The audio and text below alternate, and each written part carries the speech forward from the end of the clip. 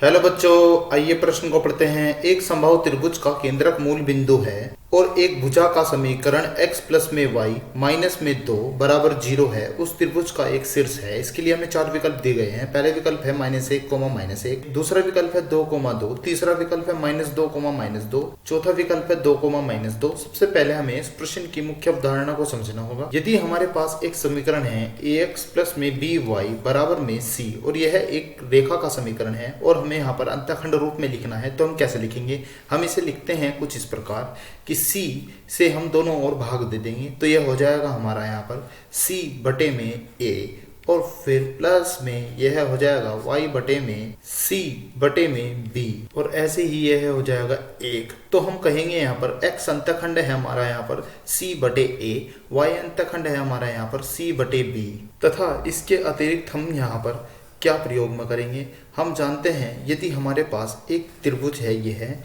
मान लेते हैं इस त्रिभुज के हमारे शीर्ष कुछ इस प्रकार हैं। पहला है x1, y1 और दूसरा शीर्ष है हमारा यहाँ पर x2, y2 और तीसरा शीर्ष है हमारा यहाँ पर x3, y3। तो यहाँ पर इसके केंद्र के निर्देशांक क्या होंगे?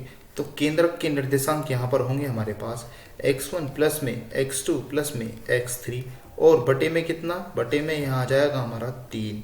और अब y के लिए यह हो जाएगा y1 प्लस में y2 प्लस में y3 और बटे में कितना हो जाएगा? बटे में भी यह हो जाएगा यहाँ 3। तो अब हम यह मुख्य अवधारणाओं का प्रयोग करते हुए अपने प्रश्न को हल करने की ओर चलते हैं। सबसे पहले हमें यहाँ पर एक समीकरण दी गई है। यह समीकरण एक त्रिभुज की किसी भी भुजा की हो सकती है। तो हम पहले यहाँ पर अक्षों को बना लेते हैं। तो यह मान लेते हैं यह है हमारा यहाँ पर x अक्ष तथा यह है हमारा यहाँ पर y अक्ष। हमें बोला गया है कि त्रिभुज का केंद्रक मूल बिंदु पर है। तो मूल बिंदु यानी कि हमने यहाँ पर केंद्र मान लिया O। समीकरण थी हमारे पास यहाँ पर x प्लस में y बराबर में 2। अब हम इसे अंतःखंड रूप में बना लेते हैं, यानी कि 2 से भाग, तो ये हो जाएगी हमारे पास x बटे में 2 प्लस में यह हो जाएगी y बटे में 2 बराबर में 1। तो हमारा यहाँ पर x अंतःखंड है 2, y अंतःखंड भी है 2।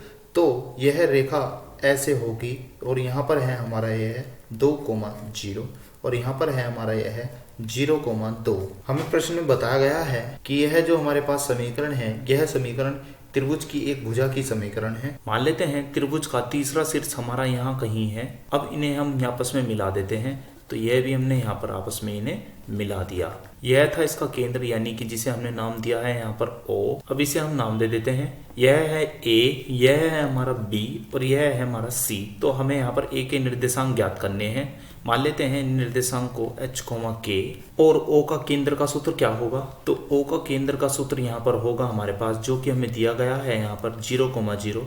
फिर भी यह बराबर होगा x1 प्लस में x2 प्लस में x3 और यह सब बटे में कितना आएगा? बटे में है 3। फिर ऐसे ही यहाँ पर आ जाएगा y1 प्लस में y2 प्लस में y3 और बटे में कितना आ जाएगा? यह भी आएगा 3।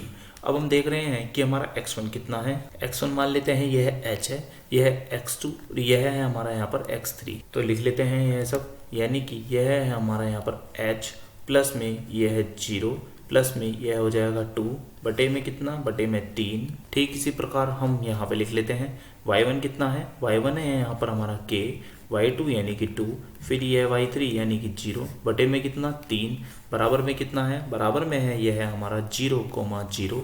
अब हम यहाँ पर तुलना कर देते हैं। तो हम कहेंगे कि 0 बराबर हो जाएगा h प्लस में यह 2 बटे में कितना? 3 की गुणा हो गई, तो यह हो जाएगा h का मान हमारा -2।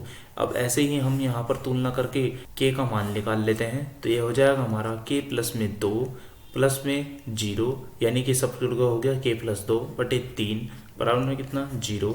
तो यहाँ से हम कहेंगे k का मान कितना आया? k का मान आया है हमारा -2। तो हमने यहाँ पर h व k का मान ज्ञात कर लिया है। तो समबाहु त्रिभुज का अगला जो शीर्ष है वह है हमारे पास यहाँ पर -2, तो हम कह सकते हैं कि हमारे इस प्रश्न का C विकल्प सही है। आशा करता हूँ यह प्रश्न आपको समझ में आया होगा। धन्यवाद।